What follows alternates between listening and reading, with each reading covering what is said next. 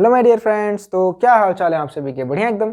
मैं आप सभी का स्वागत करता हूं dual nature of matter and radiation के लेक्चर नंबर 4 में। और आज फोटो इलेक्ट्रिक इफेक्ट का भी लेक्चर नंबर 4 है और ये इसका लास्ट लेक्चर है।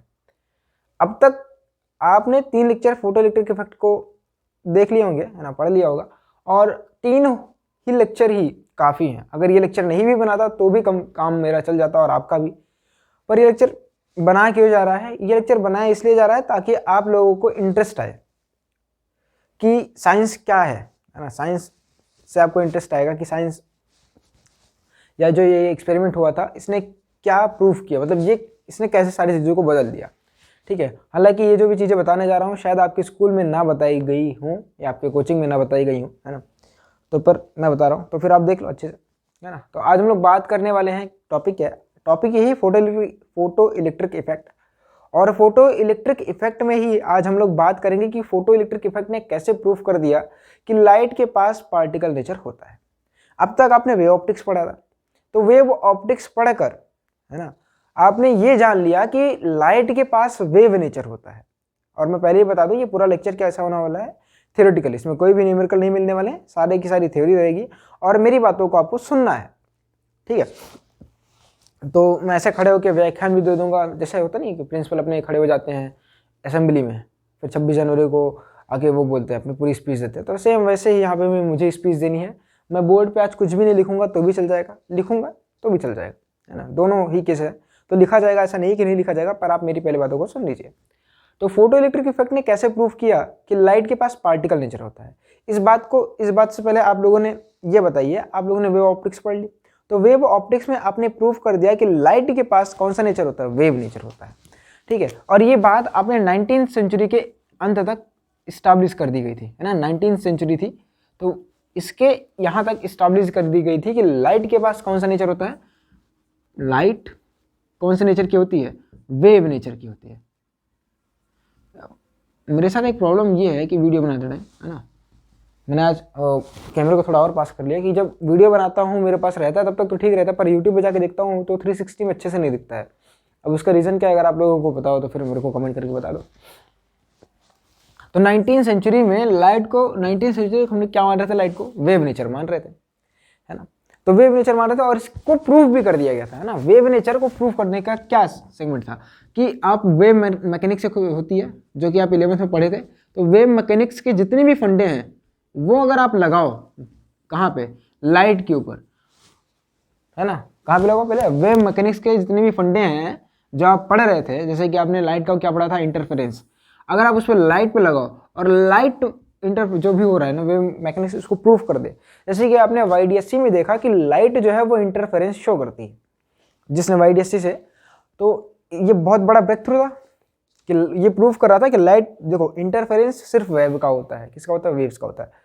तो ये बात प्रूफ कर दी गई कि लाइट का नेचर क्या होता है, लाइट का नेचर होता है वेव नेचर का।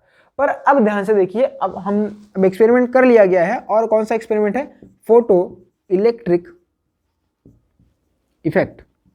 ये एक एक्सपेरिमेंट है और ये जो एक्सपेरिमेंट है ये देखा गया। और ये इस एक्सपेरिमेंट को करने में किसकी मदद ली गई, लाइट की। तो लाइट के हेल्प से फोटो इलेक्ट्रिक इफेक्ट का जो है एक्सपेरिमेंट हुआ। और इस फोटो इलेक्ट्रिक इफेक्ट को अगर आप एक्सप्लेन करने जाओ तो वेव मैकेनिक्स से नहीं एक्सप्लेन कर सकते हो, है ना। तो वेव मैकेनिक्स से आप लाइट का जो आपने ये जो फोटो इलेक्ट्रिक इफेक्ट है आप इसको नहीं प्रूफ कर सकते हो, है ना। एक्सप्लेन करना चाहिए ना, तो आप फोटो इलेक्ट्रिक इफेक्ट को नहीं एक्सप्लेन कर सकते। मैं बार बार यही एक ही चीज़ बोल रहा हूँ क्या। हाँ, अब ऐसा क्यों है, ऐसा कि रीज़न भी समझाते हैं ना। पहले तो आप सुन लो कि मतलब क्या है कि फोटो इलेक्ट्रिक इफेक्ट, फोटो लिख लो आप ना, फिर बताते हैं क्यों फोटो इलेक्ट्रिक इफेक्ट। अगर आप अच्छे से पढ़ना चाहते हो तो आप SC वर्मा की बुक उठा लो, उसमें लिखा है बढ़िया से, बहुत ही बढ़िया तरीके से लिखा है, तो आपको समझ में भी आएगा। तो photo electric effect can not be explained, photo electric effect can not be explained with wave nature of light, या विद वेव मैकेनिक्स, जो भी बोल दो, with wave nature of light. अब ऐसा क्यों है, इसके पीछे 2-3 रीजन है। With wave nature of light, मैं थोड़ा बड़ा लिखा करूंगा ना, वेव नेचर ऑफ लाइट तो शायद सही दिख जाए। अब इसके पीछे का रीज़न क्या है? पहला रीज़न ये था कि अगर आप लोगों ने, जैसे आप सुन लो पहले मेरी बात, फिर मैं बताता हूँ। जैसे कि हम लोग बर्तन में पानी गर्म करते हैं, है ना, आप लोग पानी, हम लोग, अब देखो ठंडी का मौसम है तो पानी गर्म करते हैं, अब चाहे पीने के लिए हो चाहे जो भी हो, तो हीट वेव निकलती है। अब पानी देखो गर्म होने में कुछ टाइम लगता है, ऐसा होता नहीं कि तुरंत रखा तुरंत गर्म हो गया। कि अब ध्यान से देखो, यही सेम चीज़ है कि हम अगर मान रहे हैं लाइट का पार्टिकल नेचर और आप उसको मेटल की सरफेस पे गिराते हो, जैसे आपने इसका एक बहुत ही प्यारा एग्जांपल हम लोगों ने किया है बचपन में कि वो जो होता नहीं है वो सिंपल माइक्रोस्कोप, अब तो आप समझ ही गए होंगे क्या होता है ना, आपने वो पढ़ लिया हो ना ऑप्टिकल इंस्ट्रूमेंट, तो वहाँ पे सिंपल माइक्रोस्कोप क्या होता है, एक तो कॉनकेव लेंस होता है, कॉनकेव लेंस है ना, तो कॉनकेव लेंस लगाया जाता है, कॉन्वेक्स नहीं, क्या होता है यार, कॉन्वेक्स लेंस लगाया जाता है ना, मैं कन्फ्यूज हो गया, कॉन्वेक्स की कॉनकेव, कौन सा लेंस लगाया जाता है? हाँ कॉन्वेक्स लेंस रहता है, कॉन्वेक्स भाई, मैं मतलब ये जो गोल वाला वो, तो कॉन्वेक्स लेंस रहता है।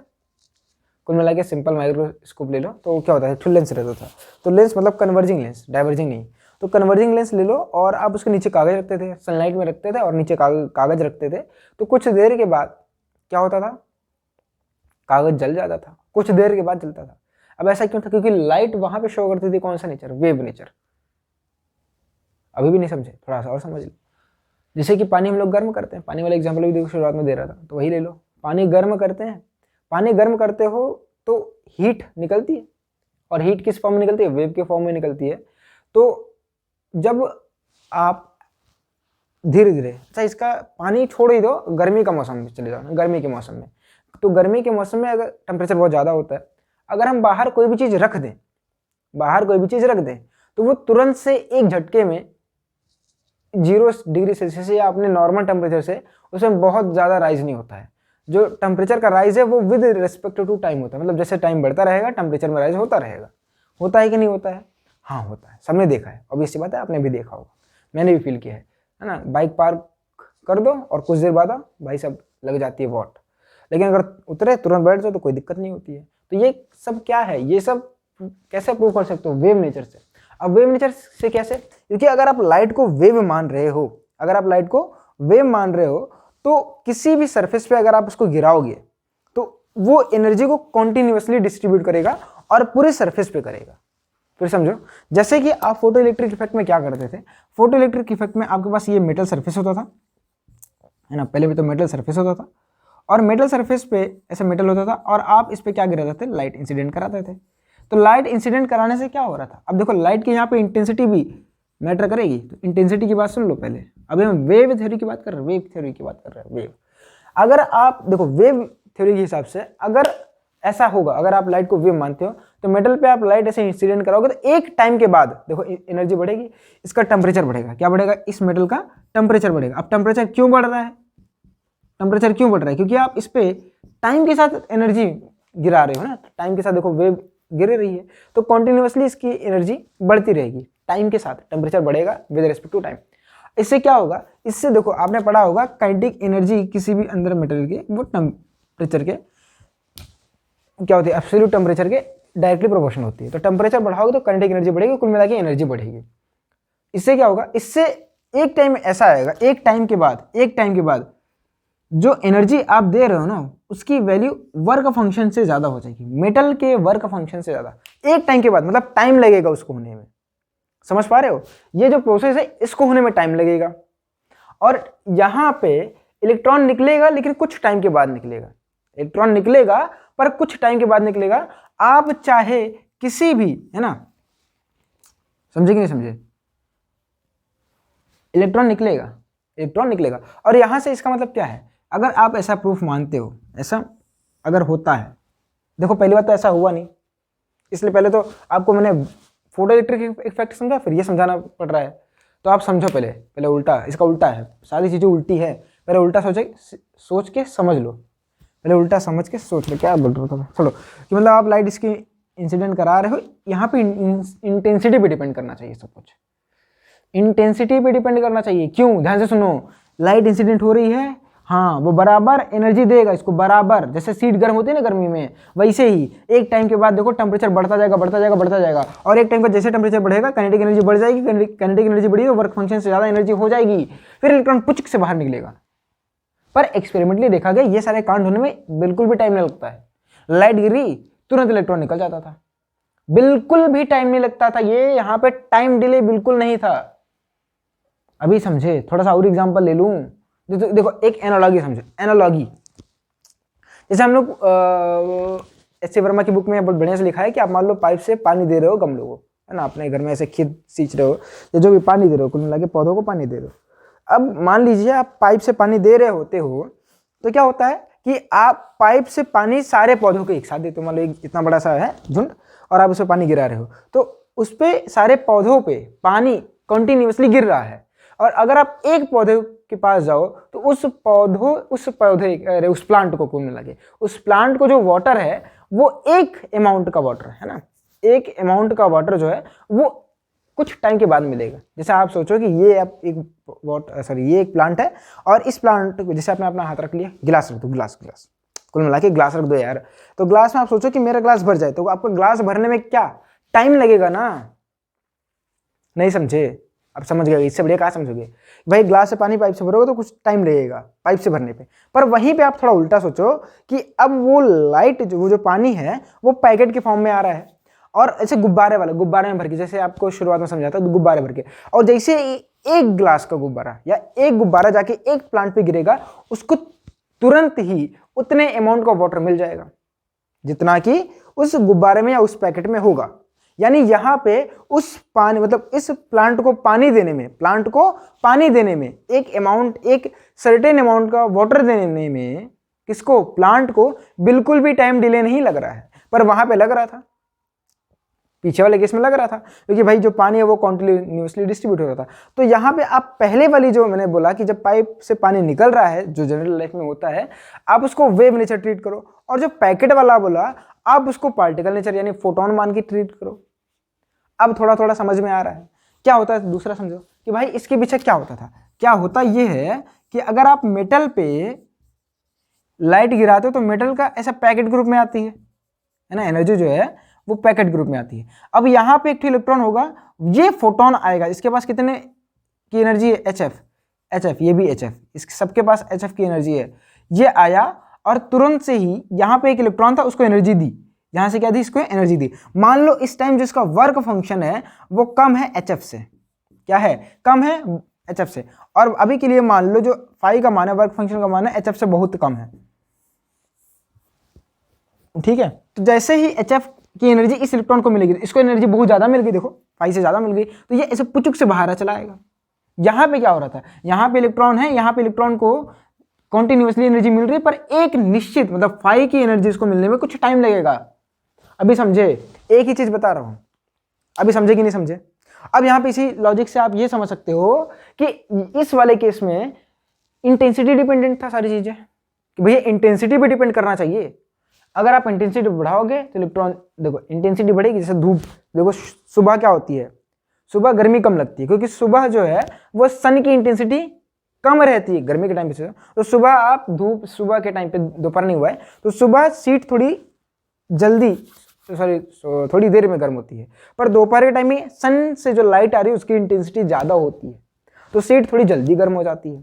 तो सेम चीज़ यहाँ पे सोचो, यहाँ पे भाई जल्दी से फाई बढ़ जाएगा, लेकिन टाइम लग रहा है ना, तो इंटेंसिटी डिपेंडेंट है। इंटेंसिटी बढ़ाओगे तो क्या होना चाहिए, फोटॉन ज़्यादा निकलने चाहिए, उनकी एनर्जी ज़्यादा होनी चाहिए, है ना भाई। फोटॉन इंटेंसिटी यहाँ पे किससे रिलेटेड है, यहाँ पे इंटेंसिटी जो वर्ड है ये रिलेटेड है काइनेटिक एनर्जी से। तो अगर आप ज्यादा इंटेंसिटी की लाइट गिराओगे तो काइनेटिक एनर्जी भी बढ़नी चाहिए थी, पर हुआ क्या एक्चुअल में। देखो एक चीज होती है एक्सपेक्टेशंस और एक होती है रियलिटी, जानते हो कि नहीं जानते हो? जैसे कि क्या होता है, आप एक चीज़ तो सोच रहे हो, है ना, जैसे कि मान लो आपके स्कूल में आपको एक लड़की देख रही थी और देख के उसने हंस दिया, है ना, आपने सोचा भाई वो तो मेरे को लाइक करती है, आपने ये सोचा, ये आपकी एक्सपेक्टेशन थी। रियलिटी क्या थी, रियलिटी क्या थी, वो आपको देख के नहीं हंस रही है ना, वो आपको क्या बोलते हैं, वो देख के नहीं हंसी, कैसे, क्या क्या था बोला मेरे को यार, दोस्त ने बोला था, एक मेरे साथ भी ऐसा मजाक हो गया था। हाँ, वो तुमको हंस के नहीं देख रही है, वो तुमको देख के हंस रही है। तो एक्सपेक्टेशन वर्सेस रियलिटी में समझ में आया कि देख के हंसना और हंस के देखने में बहुत बड़ा अंतर है। तो सेम चीज यहाँ पे है, समझे? थोड़ा दिमाग खोल लो भाई, साइंस पढ़ रहे हो, साइंस ले लिए हो तो अब समझो, क्लियर है ये सारी चीजें। इंटेंसिटी डिपेंडेंट होनी चाहिए थी कौन, काइनेटिक एनर्जी ऑफ इलेक्ट्रॉन्स। पर हुआ क्या, एक्सपेक्टेशंस तो ये थी, पर रियलिटी क्या थी, रियलिटी ये थी कि मेटल की जो इलेक्ट्रॉन की जो काइनेटिक एनर्जी है वो फ्रीक्वेंसी डिपेंडेंट थी। किस पर डिपेंड कर रही थी, फ्रीक्वेंसी पर डिपेंड कर रही थी। अच्छा, इंटेंसिटी पर अगर आप बात कर रहे हो, अगर आप बात कर रहे हो इंटेंसिटी की, तो दूसरी बात क्या थी, इंटेंसिटी की बात करो तो लेमडा के ऊपर भागो मत, फ्रीक्वेंसी के ऊपर मत भागो। अगर आप लेमडा और फ्रीक्वेंसी के ऊपर नहीं जा रहे हो तो ना तो थ्रेशोल्ड वेवलेंथ एग्जिस्ट करना चाहिए था और ना ही क्या एग्जिस्ट करना चाहिए था, threshold frequency. According to wave theory, wave theory के हिसाब से क्या क्या चीजें नहीं होनी चाहिए थी, वेव थ्योरी के हिसाब से कि इलेक्ट्रॉन को निकलने में टाइम लगना चाहिए था, इलेक्ट्रॉन की काइनेटिक एनर्जी इंटेंसिटी पर डिपेंड करनी चाहिए थी, थ्रेशोल्ड वेवलेंथ और थ्रेशोल्ड फ्रीक्वेंसी नाम की कोई चीज नहीं होनी चाहिए थी, ये सारे चीजें होनी चाहिए थी अगर आप वेव थ्योरी को सही मानते हो। पर हुआ क्या, हुआ ये कि इलेक्ट्रॉन निकलने में कोई टाइम नहीं लग रहा है, इंटेंसिटी पर काइनेटिक एनर्जी डिपेंड नहीं कर रही है, थ्रेशोल्ड वेवलेंथ और थ्रेशोल्ड फ्रीक्वेंसी नाम की चीज होती है, kinetic energy of electrons depend करती है किस पर, वेवलेंथ और फ्रीक्वेंसी ऑफ इंसिडेंट लाइट पर, है ना, इंसिडेंट लाइट की फ्रीक्वेंसी और वेवलेंथ पर डिपेंड कर रही थी। तो ये सारी चीजें डिपेंड हो रही थी, समझेंगे नहीं समझे ये चीजें। अब यहाँ पे कंट्रोरी क्या बोलते हैं उसको, अब लोगों के दिमाग में प्रश्न उठा कि भाई ये सब हो क्या रहा है। अब ये सारी चीजें जो हो रही थी फोटो इलेक्ट्रिक इफेक्ट में, आप उसको वेव थ्योरी से नहीं एक्सप्लेन कर सकते। अगर आप सोचो कि वेव थ्योरी से एक्सप्लेन कर दो तो पॉसिबल ही नहीं है। पॉसिबल कैसे है, अगर आप लाइट को उस टाइम पार्टिकल मानो तो, समझे कैसे, आप समझो। पार्टिकल में क्या होता है कि जैसे आप गाड़ी ले जाके किसी को भिड़ाते हो तो तुरंत ही इंपैक्ट होता है ना, तुरंत से इंपैक्ट होता है। नहीं, गाड़ी की जो एनर्जी है वो जाके सामने वाले पार्टिकल को मिल जाती है। गाड़ी क्या है, पार्टिकल है। तो जैसे गाड़ी भिड़ी, या आप बॉल समझ लो, बॉल अगर आप जैसे कंचा खेला, कंचा वो मार्बल्स खेले कि नहीं खेले हैं, मार्बल्स स्क्विड गेम में जो मार्बल्स इकट्ठा करने रहते तो वही, तो उसमें हमारे गांव में देखो कंचा होता, तो जब आप पत्थर या किसी कंचे को किसी चीज को मारते हो तो वो कंचा गायब हो जाता है, तो डायरेक्टली इंपैक्ट कर रहा था ना। जैसे बैट और बॉल खेलते हो तो बैट से बॉल को हिट करते हो, तो क्या बैट और बॉल क्या है, पार्टिकल नेचर है, और जैसे बैट से आप बॉल को हिट करते हो तो आप तुरंत एनर्जी दे रहे हो ना उसको, वहां पे कोई टाइम डिले नहीं होता है। अभी समझे, नहीं समझे, अभी देखो थोड़ा सा और समझ में। ये तो पूरा एक व्याख्यान था जो मैंने आपको दिया। अब लिखने वाले टॉपिक पे आ जाओ कि क्या क्या रीजन है जिसकी वजह से आप लाइट को पार्टिकल नेचर नहीं मान सकते। कौन से एक्सपेरिमेंट में, फोटो इलेक्ट्रिक इफेक्ट में। अब लिखने वाला सेगमेंट आ गया है। इतनी देर तक तो मैंने आपको समझाया क्या क्या होता है। अब वही चीजें जो मैंने आपको समझाई वही चीजें लिखनी है, और वही 2-3 रीजन है अपने पास, और वही आपको याद ऐसा समझना है ना। अगर आप रीजन 1 मानते हो, रीजन नंबर 1 कि आप उसको, मैं थोड़ा बड़ा लिखूँ ना ताकि दिखे, तो ये जो था वो अब लिख दिया है सामने कि जो वेव थ्योरी के अकॉर्डिंग जो काइनेटिक एनर्जी मैक्सिमम है किसी भी इलेक्ट्रॉन की, फोटो इलेक्ट्रॉन की, वो फ्रीक्वेंसी पर डिपेंड नहीं करना चाहिए। वो किस पर डिपेंड करना चाहिए था, इंटेंसिटी पर, लाइट की इंटेंसिटी पर डिपेंड करना चाहिए था। पर ये हुआ नहीं। अच्छा, ये क्यों होता, kinetic energy maximum should depend on the intensity of light, ऐसे क्यों होता था? क्योंकि आपको पता है कि इंटेंसिटी बढ़ाने से एम्पलीट्यूड बढ़ता है ना। आपको पता है कि intensity is directly proportional to a⁻² या a²। इंटेंसिटी बढ़ाओगे तो एम्पलीट्यूड बढ़ेगा। और अब आप लाइट को मान क्या रहे हो, आप लाइट को क्या मान रहे हो, आप लाइट को मान रहे हो इलेक्ट्रोमैग्नेटिक वेव। ये तो मान लो। इलेक्ट्रोमैग्नेटिक वेव में क्या होता है, जैसे कि वेव में क्या होता है, पार्टिकल से मोशन करते हैं या पार्टिकल ऐसे वाइब्रेट करते हैं, जो भी होता है ना। यहाँ पे लाइट में क्या होता है, अगर आप एम्पलीट्यूड बढ़ाओगे तो लाइट में इसकी, जैसे कि वेव में क्या होता है, पार्टिकल वाइब्रेट करते हैं, तो वैसे यहाँ पे इलेक्ट्रिक फील्ड और मैग्नेटिक फील्ड वाइब्रेट करते हैं, ऐसे जुम्बा, तो वैसे जुम्बा क्लासेस के समान ऐसे वाइब्रेट करते रहते हैं। तो लाइट इलेक्ट्रोमैग्नेटिक वेव है। अगर आप एम्पलीट्यूड बढ़ाओगे तो ई और एम यानी इलेक्ट्रिक फील्ड और मैग्नेटिक फील्ड के जो वाइब्रेशंस हैं उनकी वैल्यू बढ़नी चाहिए थी, है ना। तो उनकी वैल्यू बढ़नी चाहिए थी, एम्पलीट्यूड बढ़ना चाहिए था। जिससे क्या होगा, जिससे आपको पता है इलेक्ट्रॉन जो है वो एक चार्ज पार्टिकल है। कैसा है, चार्ज्ड पार्टिकल है। तो इसके ऊपर फोर्स ज़्यादा लगती है। क्या लिख रहे हैं, चार्ज पार्टिकल लिखना है, चार्ज पार्टिकल। तो इलेक्ट्रॉन जो है वो चार्ज्ड पार्टिकल है।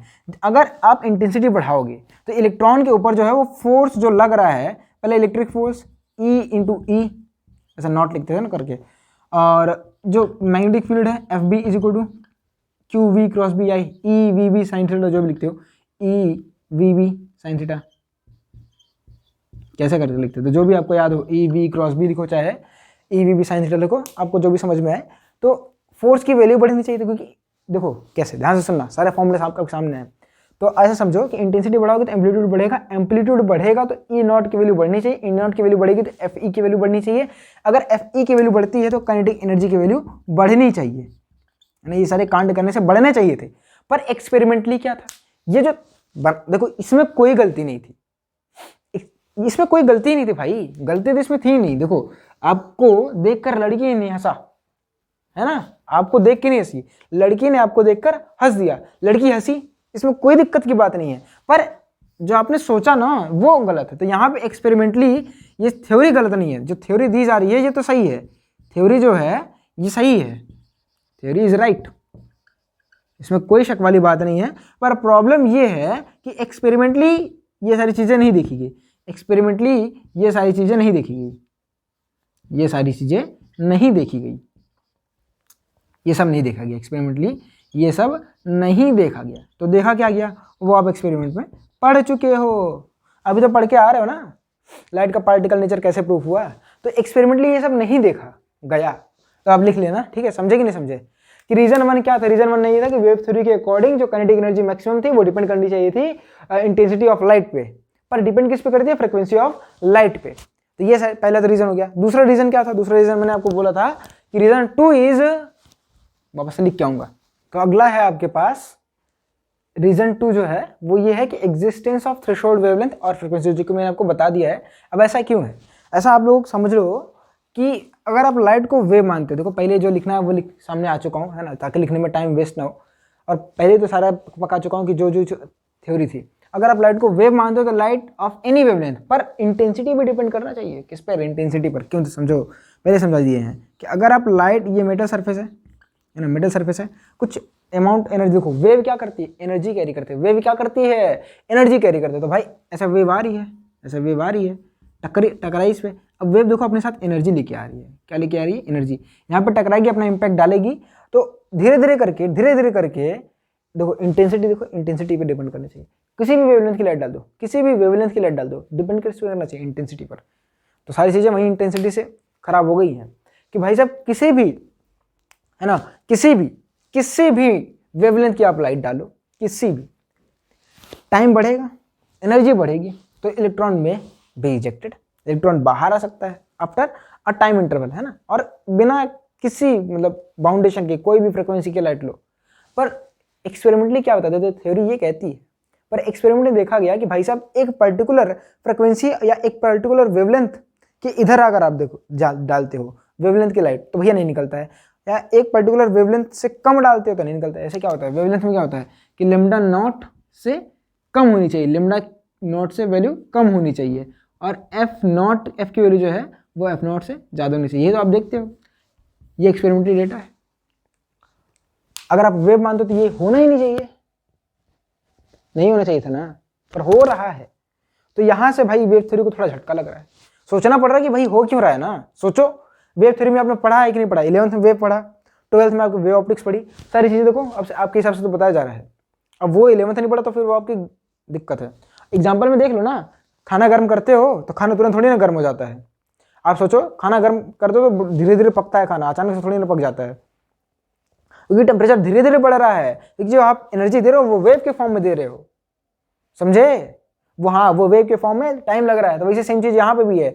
पर ऐसे सोचो कि भाई 100 डिग्री सेल्सियस टेम्परेचर है, पानी वहाँ पर तुरंत रख दो, तुरंत गर्म हो जाएगा कि नहीं हो जाएगा। अब देखो वो भी नहीं होगा, क्योंकि वेव के फॉर्म में हो रहा है। किस फॉर्म में हो रहा है, वेव के फॉर्म में हो रहा है, समझे कि नहीं समझे। तो एक्सपेरिमेंटली ये सारी चीज़ें हो रही थी, तो सोचना एकदम कठिन है ही नहीं, आप इसको सोच सकते हो खाना गर्म करने वाले के साथ साथ। तो अगर वेव मानोगे तो ये कांड होना चाहिए था, खाना गर्म करने वाला। पर हुआ क्या, हुआ ये कि भाई आप खाना रखे तुरंत गर्म हो गया। समझे, खाना रखे तुरंत गर्म, कोई टाइम नहीं, बस खाना रखे आ गया, खाना सामने पक गया, जादू। तो आप इस सबको कैसे मान सकते हो, पार्टिकल नेचर से। तो भैया आप बॉल को मार रहे हो टपाक से और बॉल तुरंत से उछल रही है, जैसे हिट कर रहा है वैसे जस्ट। तो जैसे आप एनर्जी इलेक्ट्रॉन को मिलती है पुटुक से बाहर आ जाता है, ऐसा पुटुक से बाहर आएगा और निकल जाएगा, समझ रहे हो ना। रीजन 3 क्या है, जो इंस्टेंट इजेक्शन होता है, यहीं से समझ लो, है ना। रीजन 3 क्या है? Instant ejection. Reason 3 no time delay, ऐसा लिख सकते हो। रीजन 3 जो भी है क्या था, नो टाइम डिले, कहाँ लिखा था, हाँ, no time delay photoelectrons are ejected without any time delay. तो यहाँ पे क्या लिख सकते हैं? रीजन 3 इंस्टेंट इजेक्शन, कि भैया इंस्टेंट इजेक्ट होते हैं, इंस्टेंट इजेक्शन।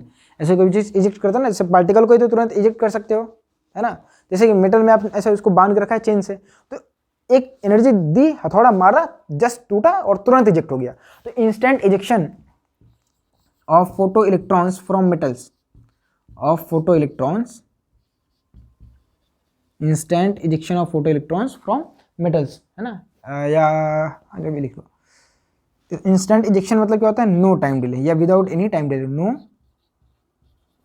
टाइम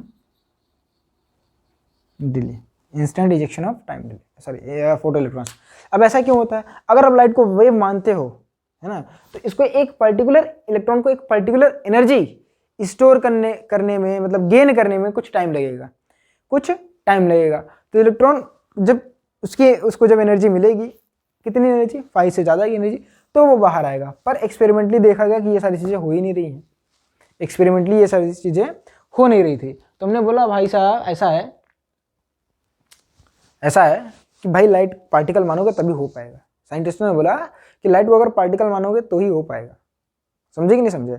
तो यहीं पे कहानी, यहीं पे जन्म हुई थी दी ब्रोगली हाइपोथेसिस की, या दी ब्रोय बोलो, या एक बहुत बड़ा नाम है उनका, यहीं पे लिखा होगा कहीं भी, बता रहे हैं, एक मिनट को बता रहे हैं।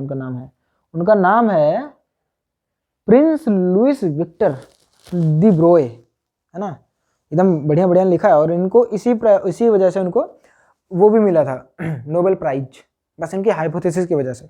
बस भाई साहब ने बोल दिया, सोच लिया, पता नहीं कैसे सोचा था, कहीं से भी सोचा होगा, है ना। अब तो ये तो बता ही नहीं कहाँ से सोचे थे, बस उनके दिमाग में एक दिन एक रात सपना है, सुबह उठ के जाके बोल दिया अपने साइंटिस्टों को कि भाई साहब दुनिया की सारी चीज़ें दोगली हैं। जैसे इंसान दोगला होता है वैसे सारी चीज़ें दोगली हैं। दोगला से क्या सेंस है उनका मतलब? वह दोगला का मतलब है दोनों मैटर और वेव दोनों नेचर शो करेंगी। बोला ही क्या बात है? बोला ही क्या बात हुई? बोले देखो भाई साहब, वेव जो है वो एनर्जी शो करती है, मैटर भी एनर्जी है। बोले क्या बात कर रहे हो? बाद में साइंटिस्ट ने, सॉरी आइंस्टीन ने भी तो बोल दिया कि E=mc², एक दे दिया ना कि एनर्जी मास इक्विवेलेंस रिलेशन में दिया था। तो यहाँ से उनकी बात को मतलब तवज्जो दी जाने लगी। ऐसा उनका कोई प्रूफ नहीं है, ये तो आइंस्टीन की है ना इक्वेशन, E=mc²।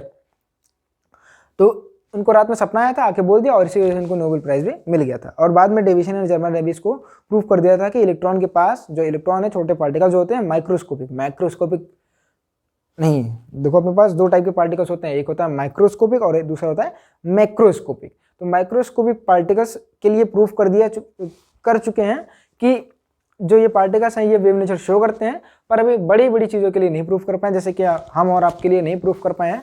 ऑल्दो आप इसको कैलकुलेट कर सकते हो, है ना, किताबों में आपने 11th में भी कैलकुलेशन की होंगी और अभी भी आप 12th में भी करने वाले हो, ऐसा कोई नहीं है कि नहीं करोगे, पर आप देखोगे कैलकुलेशन के बेस्ड पर आप इसको बता सकते हो कि हाँ हमारे पास भी वेवलेंथ होती है जब हम चलते हैं, पर वो वेवलेंथ इतनी कम होती है कि हम उसको आज तक अभी इस प्रेजेंट टाइम में इतने भी अपने पास इक्विपमेंट्स नहीं आए हैं कि हम उनको डिटेक्ट कर पाएँ। तो ये सारी चीज़ें थी वेव नेचर ऑफ मैटर या दी ब्रोगली हाइपोथेसिस की। वहाँ पे हम लोग बात करने वाले हैं वेव मैटर वेव्स के बारे में। किसकी बात करने वाले हैं? मैटर वेव्स के बारे में बात करने वाले हैं। तो सारी चीज़ें सेम ही रहेंगी, परेशान बिल्कुल ना होइए। तो एक लेक्चर लगेगा, हम लोग उसको डिस्कस कर लेंगे, उसके ऊपर क्वेश्चन शायद एक लेक्चर और लग जाए, ठीक है। उसके बाद अपन डेविसन एंड जर्मर एक्सपेरिमेंट पढ़ लेंगे, तो एक लेक्चर है उसमें उसको खत्म करेंगे। एक ही लेक्चर लगेगा भाई, एक्सपेरिमेंट तो एक का लेक्चर में खत्म करना पड़ेगा ना, चाहे जितना बड़ा लेक्चर बने, समझाने में जितना भी टाइम लगे। तो इसके बाद आपका चैप्टर जो है वो खत्म हो जाएगा। शायद डेविसन एंड जर्मर एक्सपेरिमेंट इस बार कट गया है सिलेबस से, है ना। यूपी बोर्ड के सिलेबस से तो कट गया है, पता नहीं सीबीएसई वाले से कटा है कि नहीं कटा है, क्योंकि मेरे आसपास अभी सीबीएसई वाले नहीं पहुंच पाए। मैं एक गांव के एरिया में रहता हूँ, तो वहाँ पे अभी सीबीएसई वाले बच्चे नहीं हैं, तो यूपी बोर्ड से तो कट चुका है, ठीक है। तो आज के लिए इतना काफ़ी है। अगर आप लोगों को इसके बारे में थोड़ी सी और जानकारी चाहिए तो एससीबी की बुक में एक तो एग्जाम्पल है, वो जाके देख लीजिएगा। यहाँ पे करा नहीं रहा हूँ, वो आप जाके देख लीजिएगा, आपको पता चल जाएगा कि हाँ वो भी वहाँ से कैलकुलेशन कर सकते हो, ठीक है। यहाँ पे कैलकुलेशन करा नहीं रहा हूँ क्योंकि उसका कोई ज़्यादा ऐसा मतलब नहीं है, ठीक है। और ये लेक्चर का भी कोई मतलब नहीं था, बस मैंने आपको बता दिया, है ना। नहीं पढ़ोगे तो भी काम चल जाएगा, बोले एकदम लास्ट में बताने की क्या ज़रूरत थी इतना टाइम वेस्ट करने के बाद। तो चलिए मैंने भी अपना टाइम वेस्ट किया, ऐसा नहीं है। तो चलिए हम लोग नेक्स्ट लेक्चर में बात करने वाले हैं मैटर वेव्स के बारे में, डी ब्रॉगली हाइपोथेसिस के बारे में। हम लोग उसके ऊपर बढ़िया से न्यूमेरिकल्स भी करने वाले हैं। तब तक पढ़ते रहिए। All the very best.